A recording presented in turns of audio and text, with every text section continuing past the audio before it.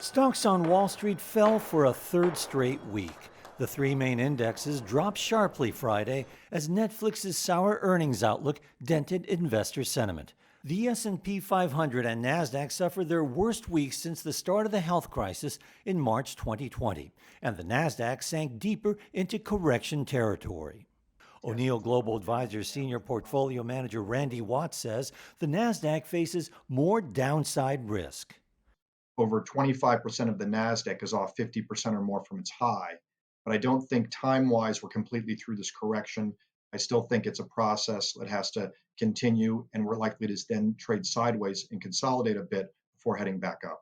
The Dow fell 450 points, or 1.33%. The S&P 500 plunged nearly 2%, and the Nasdaq plummeted 2.75%. Netflix was the top decliner on the S&P. Shares plunged almost 22%. The world's largest streaming service disappointed investors with its weak forecast for quarterly subscriber growth. That dragged down other streaming stocks, including Roku and Disney, which was the Dow's top decliner. Another so-called stay-at-home stock, Peloton, recouped some of Thursday's steep loss, rising nearly 12%. The exercise bike maker denied a report that it was halting some production.